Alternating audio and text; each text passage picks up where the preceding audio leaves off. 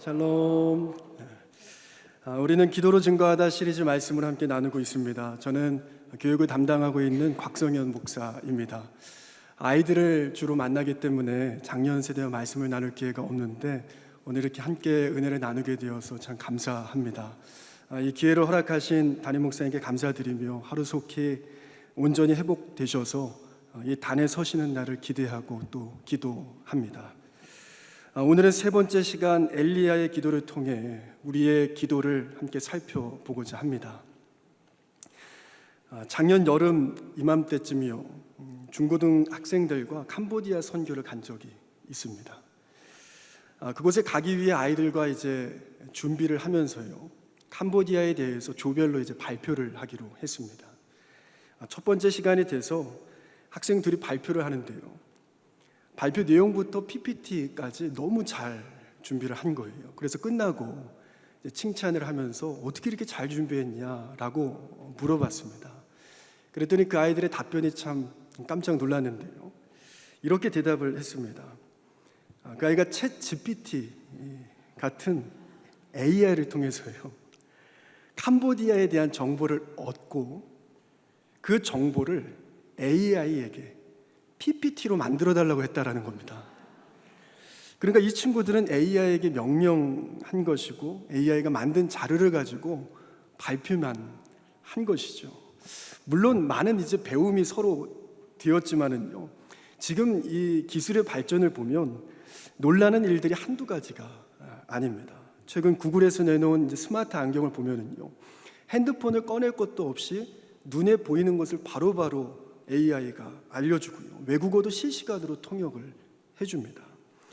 사람과 비슷한 휴머노이드 로봇은요, 자연스럽게 춤을 출 정도로 발전을 했고요, 그 손가락은 아주 세밀하게 작업까지 가능해졌다고 합니다.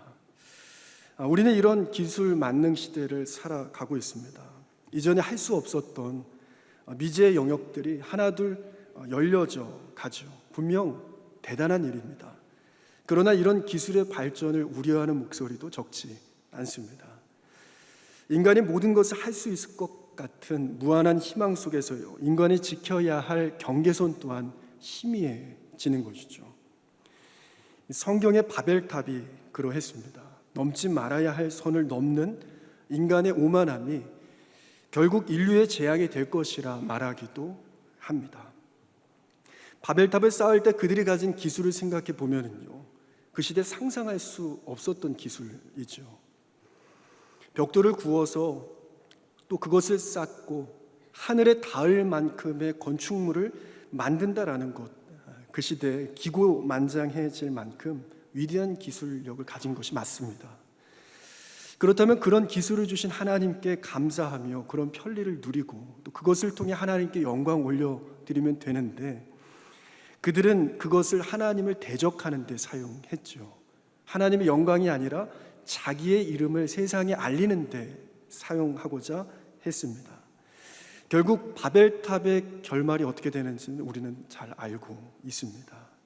우리는 항상요, 정점에 있을 때 조심해야 됩니다. 나름 괜찮다고 생각하는 그때를 조심해야 하는 것이죠.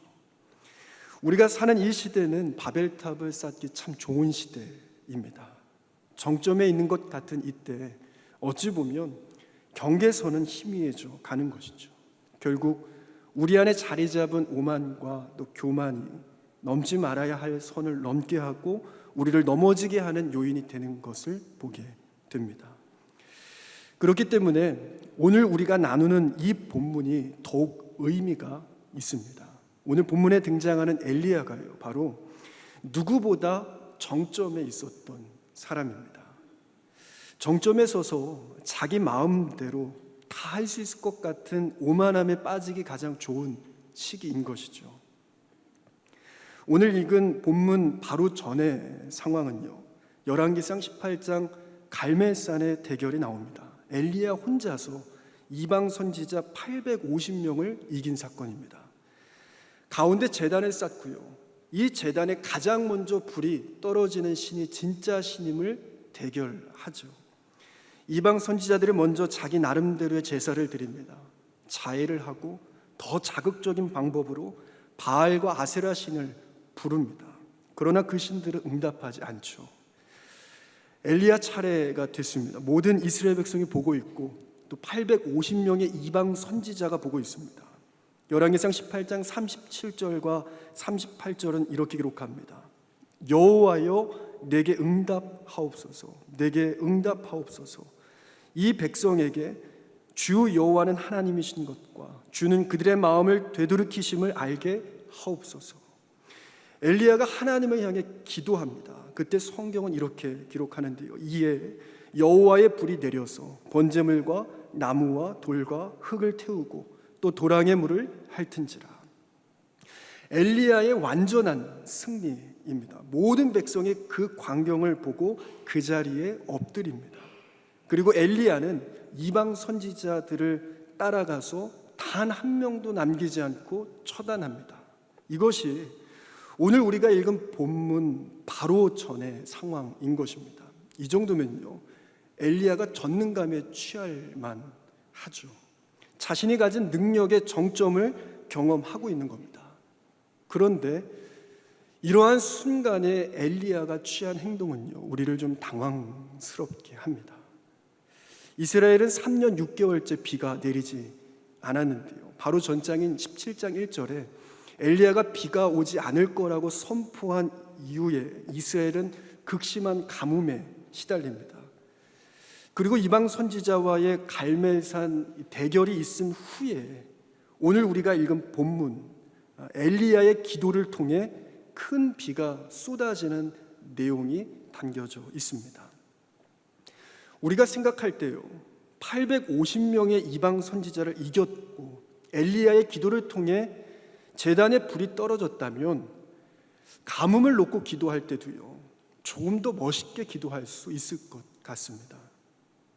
백성들이 보도록 더 멋있는 제스처로 이방 선지자 850명을 처단한 능력의 종의 모습을 뽐내며 자신을 과시할 수도 있었겠죠. 그런데 엘리야는 그 큰 승리 이후에 이렇게 기도합니다. 우리 42절을 같이 함께 읽어보도록 하겠습니다. 함께 읽겠습니다. 아합이 먹고 마시러 올라가니라. 엘리야가 갈멜산 꼭대기로 올라가서 땅에 꿇어 엎드려 그의 얼굴을 무릎 사이에 놓고, 자신이 승리했던 갈멜산 꼭대기로 올라갑니다. 그리고 땅에 꿇어 엎드리고 그 얼굴을 무릎 사이에 놓고 기도하기 시작하는 것이죠. 지금 이 엘리야의 모습을 한번 상상해 보시기 바랍니다. 무릎을 꿇으면서요, 자신이 할 수 있는 가장 낮은 자세를 취하고 있는 것이죠. 완전히 자기를 버리는 기도를 올려드리는 겁니다. 큰 승리를 거두고 전능감에 취한 엘리야는 없습니다. 지금 무릎 사이에 얼굴을 넣고 하나님 앞에 납작 엎드린 엘리야밖에는 없는 것이죠. 지금 자기 앞에 있는 이 문제는 하나님 아니고는 결코 해결할 수 없음을, 하나님의 은혜만이 살 길임을 엘리야는 자신의 온 몸으로 표현하고 있는 겁니다. 그리고 눈여겨볼 것이요, 성경에서 엘리야는 사환에게 비가 오는지를 확인합니다. 그리고 손바닥만한 구름이 보일 때까지 7번을 두 무릎 사이에 얼굴을 넣고 동일하게 기도를 합니다. 여기서 7이라는 숫자는 완전수이죠. 하나님 앞에 완전히 엎드렸다라는 겁니다. 그 앞에 자기를 완전히 버린 것이죠. 가장 정점에 있었던 엘리야의 기도가 이러했습니다. 우리가 읽은 두 번째 본문인 사르밧 과부의 죽은 아이를 살릴 때도 마찬가지입니다. 이 아이를 살리기 바로 직전의 상황은요, 엘리야가 이 사르밧 과부의 가정을 살리는 내용입니다. 사르밧 과부를 만나서 엘리야가 내게 떡 한 조각을 달라라고 요청을 하죠. 극심한 가뭄이 계속되었기 때문에 이 과부는 자기 아들과 마지막 떡을 만들어서 먹고 죽으려 했습니다. 그럼에도 엘리야의 요청에 마지막 남은 이 밀가루와 기름으로 떡을 만들어서 엘리야에게 제공하죠. 이 일로 엘리야는 그 가정을 축복하고요, 가뭄이 끝날 때까지 밀가루와 기름이 끊어지지 않는 기적을 베풉니다. 마치 오병이어처럼 밀가루와 기름을 써도 끊어지지 않는 것이죠. 어찌 보면 가뭄에 일어날 수 있는 가장 위대한 기적이 엘리야를 통해서 일어납니다. 그리고 난 후에 사르밧 과부의 아들이 죽는 사건이 일어나는 것이죠. 엘리야는 숨이 끊어진 그 차가운 시체를 받고 다락방으로 올라갑니다. 그리고 자기 침상에 이 아이를 눕히죠. 그리고 하나님께 부르짖어 기도하기 시작합니다. 그리고 이 엘리야의 기도는 우리에게 다시 한번 큰 울림을 주는데요. 우리 17장 21절을 함께 읽도록 하겠습니다. 우리 함께 읽겠습니다. 그 아이 위에 몸을 3번 펴서 엎드리고 여호와께 부르짖어 이르되 내 하나님 여호와여 원하건대 이 아이의 혼으로 그의 몸이 없어서 하니. 아멘. 엘리야의 모습을 다시 한번 상상해 보시기를 바랍니다. 죽은 아이 위에 자신의 몸을 포개는 겁니다. 다시 말해 하나님 앞에 완전히 엎드린 것이죠. 이보다 더 간절한 기도는 없을 겁니다. 이 생명을 돌려달라고, 이 생명과 나의 생명을 바꿔달라는 심정으로 그 아이 위에 자기의 몸을 펼쳐서 가장 낮은 모습으로 바짝 엎드려 기도하고 있는 것이죠. 그리고 성경은 엘리야가 3번을 반복해서 동일한 자세로 엎드려 기도했다 기록합니다. 이 3이라는 숫자도 7과 마찬가지로 완전수이죠. 적당히가 아니라 완전히 하나님 앞에 엎드린 겁니다.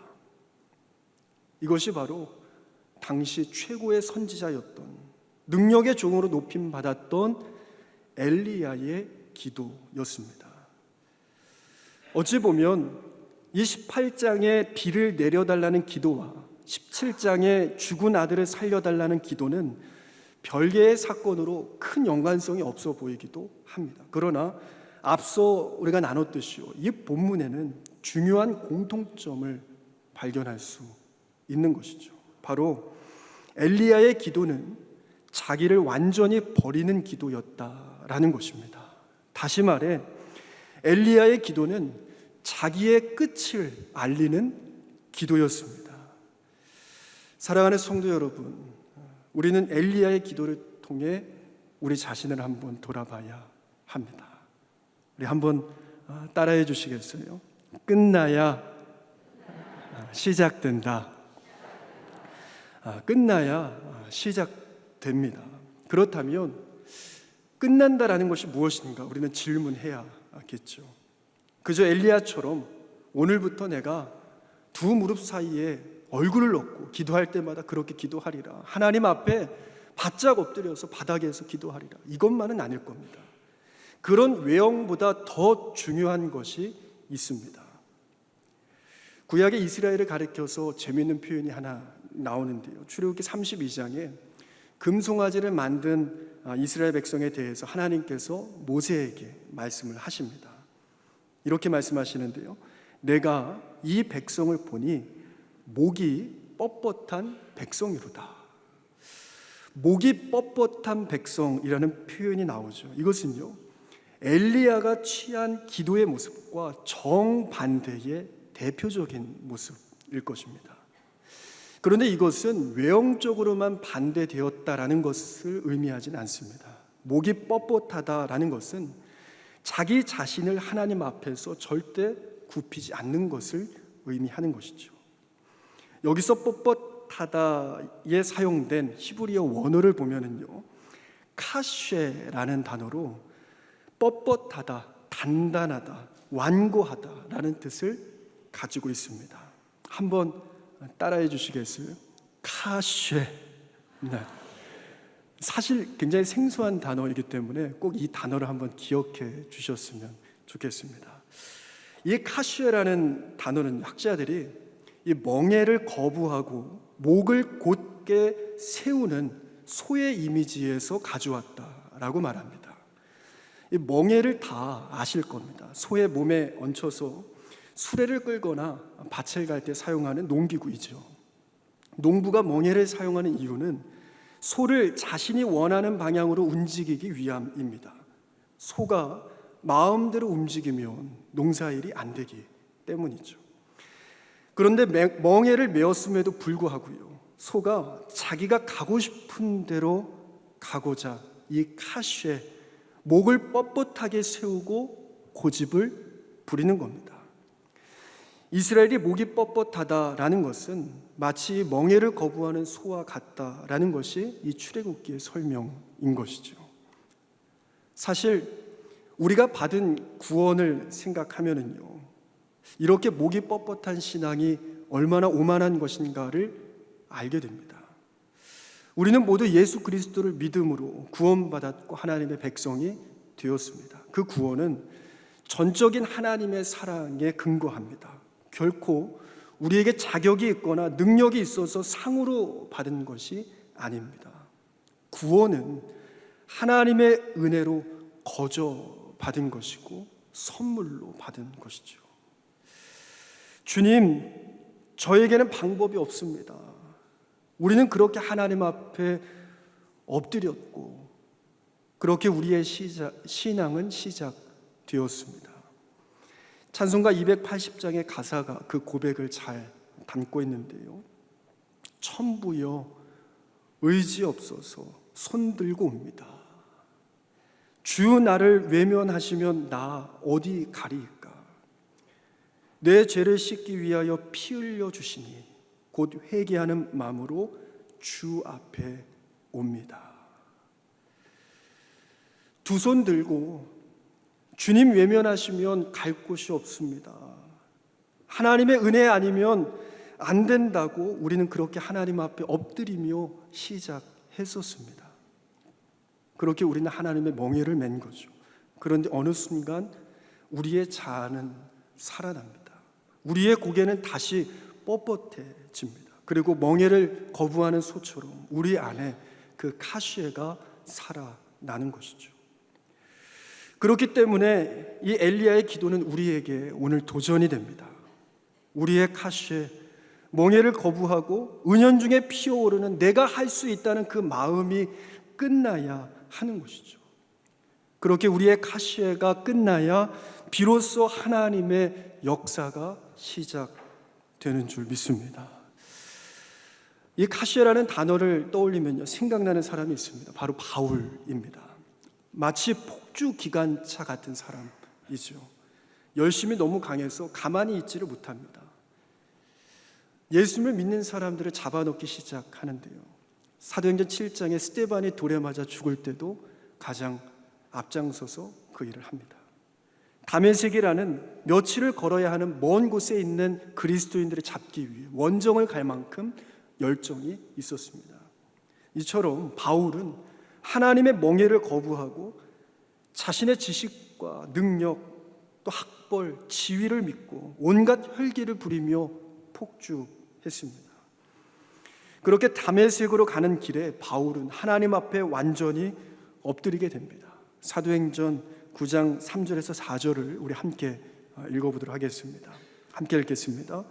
사울이 길을 가다가 다메섹에 가까이 이르더니 고련히 하늘로부터 빛이 땅에 엎드려져 들음에 소리가 있어 이르시되 사울아 사울아 내가 어찌하여 나를 박해하느냐 하시거늘. 아멘. 바울의 카시에가 완전히 끝이 나는 순간인 것이죠. 그 혈기, 그 뻣뻣한 고집은 끝이 나고 하나님의 멍에에 이끌려 살기 시작합니다. 그런 바울이 평생에 걸쳐서 이렇게 고백하는데요. 고린도전서 15장 31절을 보시면 단언하노니 나는 날마다 죽노라 이렇게 고백하고요. 갈라디아서 2장 20절에서는 그런즉 이제는 내가 사는 것이 아니요 오직 내 안에 그리스도께서 사는 것이라 이렇게 고백합니다. 바울도요, 자기에게 소망이 없음을 철저하게 고백하는 것이죠. 내 안에 그리스도 오직 하나님께 소망이 있음을 고백하며 철저하게 엎드리는 그 끝에서 하나님의 역사가 시작됨을 우리는 보게 되는 것입니다. 우리는 계속해서 기도로 증거하다 시리즈를 통해서요, 기도를 통해 증거된 하나님의 역사를 나누고 있습니다. 특별히 종교교회 유튜브에 올려져 있는 하바나 콘텐츠를 이제 매주 나누고 있는데요. 저는 14번째로 올라왔던 김효래 권사님의 이야기를 좀 함께 나누고자 합니다. 영상의 일부를 편집했는데요. 같이 한번 보도록 하겠습니다. 안녕하세요. 저는 종교교회 김효래 권사입니다. 건강검진을 받았는데 폐암일 수도 있다. 근데 정확한 판단을 아무도 못 내리는 거예요. 그래서 결국은 수술 후에 조직 검사를 해서 그때 이제 폐암이라고 이제 받았는데 그 수술하기 전부터 저희 속회 권사님 한 분이 김경숙 권사님이 자꾸만 속장님 기도를 시킨다고 하시길래 뭐 기도 시킨다 하니 하라고 그랬는데 그 연장선상이었던 것 같아요. 그래서 그 이제 진단을 받고 수술을 하기까지 담당 목사님하고 이제 연락을 하는데 중보기도에 얘기를 해도 되겠냐고 그래서 당연히 기도 없이 어떻게 살겠어요. 그래서 부탁을 드렸죠. 그러는데 좀 놀라운 게 제가 굉장히 겁도 많고 그리고 두렵기도 했고 그랬는데 그것보다는 자꾸만 기도가 나오는 게 그냥 감사합니다, 감사합니다. 그 기도밖에 안 나오고 그 전에 딱 한 번 왜일까라는 생각을 잠깐 하다가 그 왜일까라는 생각이 끝나자마자 바로 회개를 했어요. 그리고 왜일까가 아니라 분명한 메시지가 있을 거다라는 그 확신이 있었거든요. 그리고 난 다음부터는 그냥 감사하다라는 거 그렇게 해가지고 저는 일단락 됐어요. 한마디로 말하면 기도만이 답이다. 그리고 예수 잘 믿어라. 아주 그냥 예수 잘 믿어라. 그 말이 저는 우리 아이들한테 지금 해주는 말이거든요. 가끔 가다가 인생의 답이 예수 말고는 찾을 데가 없다라는 걸 아니까.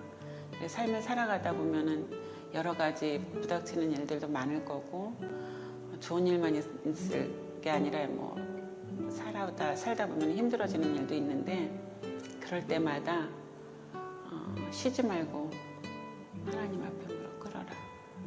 그거만이 답이다. 그 얘기는 꼭 해주고 싶어요. 김효래 권사님의 고백이 참 많은 감동을 줍니다. 인생의 답을 나에게서 찾지 않고 하나님에게서 찾는 것, 하나님 앞에 무릎 꿇는 것, 그것만이 살 길이라는 권사님의 고백이 바로 우리 모두의 고백이고 우리가 어떤 순간에도 잃지 말아야 하는 신앙의 본질인 줄 믿습니다. 우리는 모든 것이 가능할 것 같은 발전한 세상 속에 살아갑니다. 그리고 그 세상 속에서 우리 스스로가 주인이 되어 마음대로 살라는 유혹 가운데 항상 노출되죠. 그러나 오늘도 하나님께서 우리에게 기대하시는 고백은요, 하나님의 은혜 없이 살 수 없다는 고백, 하나님께서 도우시지 않으면 어떤 것도 이룰 수 없다는 간절한 엎드림을 오늘도 기다리시는 줄 믿습니다. 말씀을 정리하면서요, 한 가지 이야기를 좀 나누고자 하는데요. 저는 인천 서구 가정동에서 태어나서 또 자랐습니다. 지금은 이제 가정동과 청라 지역이 엄청 발전을 했지만 이전에는 미나리 밭이 엄청나게 컸고요. 그리고 매립지였고요. 그리고 심지어 청라에는 젖소 농장도 크게 있었던 기억이 납니다. 그 미나리깡 사이를 지나서 학교를 가다가 이제 밭에 빠져서 어머니께 혼나고 했던 기억도 나는데요. 그런 곳이니 주변에 수영장도 없었고요. 수영장을 갈 생각도 또는 형편도 사실은 되지 못했습니다. 그렇기 때문에 제가 수영을 배울 수 있는 유일한 장소는 대중 목욕탕이었습니다. 그곳에 이제 물론 사람이 없을 때요. 이제 아버지와 함께 가서 아버지는 꼭 저를 이제 냉탕으로 데려가십니다. 그리고는 제 배를 이렇게 손으로 받쳐주시고 물장구를 치라고 이제 연습을 이제 시켜주시는 거죠. 그러나 손을 놓으면 빠지기 일쑤였습니다. 저도 나름대로 이제 운동도 잘하고 민첩하다고 생각해서 어떻게든지 빨리 제가 가진 힘으로 또 능력으로 앞으로 가보려고 몸부림 쳐봐도요, 가라앉기 일쑤인 것이죠. 그렇게 목욕탕 갈 때마다 이제 아버지의 코치를 받았습니다. 아버지의 코치는 다른 것은 아니었습니다. 몸에 힘을 빼라, 이거 한 가지였어요. 무섭기도 했지만 그런 시간이 반복되면서 점점 몸에 힘이 빠지고요, 또 여유가 좀 생기더라고요. 그리고 어느 날은 아버지가 받치고 있는 그 손을 떼셨는데 가라앉지 않고 물이 주는 그 부력에 의해서 앞으로 가기 시작했습니다. 몸에 힘을 빼고요, 그 몸을 물에 맡기는 순간 물이 가지고 있는 부력을 경험하게 된 것이죠. 사실 우리 모두는요, 하나님께서 만드신 세상 속에 살아갑니다. 그리고 물 속에 이미 그 부력이 존재했듯이 하나님의 능력, 그 부력은 이미 우리 가운데 있습니다. 그러나 그 능력을 경험하지 못하는 이유는 어쩌면 우리 몸에 힘이 잔뜩 들어가 있기 때문인지 모릅니다. 하나님의 멍에를 메고도 내 방법 또 내 경험으로 하려는 그 카쉐 뻣뻣한 고집이 끝나고 하나님께 엎드릴 때 비로소 그 능력을 경험하게 되는 줄 믿습니다. 사랑하는 성도 여러분, 우리 한번 인사해 봤으면 좋겠습니다. 끝나야 시작됩니다. 한 번 더 따라해 주세요. 우리의 끝에서 하나님의 능력은 시작됩니다. 우리의 끝에서 하나님의 능력은 시작됩니다. 아멘. 엘리야가요, 무릎 사이에 얼굴을 넣은 것처럼 죽은 아이 위에 자기 몸을 펼쳐서 바짝 엎드린 것처럼 우리 몸에 힘을 빼고 날마다 하나님의 은혜 앞에 엎드릴 때 그 은혜를 경험하게 되는 줄로 믿습니다. 사랑하는 성도 여러분, 살만한 시대를 우리가 살아가지만 주님 없이 살 수 없다는 고백이 날마다 우리 가운데 또 여러분의 삶에 있으시기를 주님의 이름으로 축복합니다. 기도하겠습니다. 하나님, 오늘도 언제나 우리와 함께 하시는 그 하나님을, 또 그 하나님의 능력을, 또 은혜를 경험하는 인생 되기를 원합니다. 우리의 힘을 빼고 엘리야와 같이 하나님 앞에 엎드리는 인생 될 수 있도록, 하나님의 은혜 아니면 살 수 없다라는 고백이 날마다 우리 안에 나올 수 있도록 인도하여 주옵소서. 예수님의 이름으로 기도드립니다. 아멘.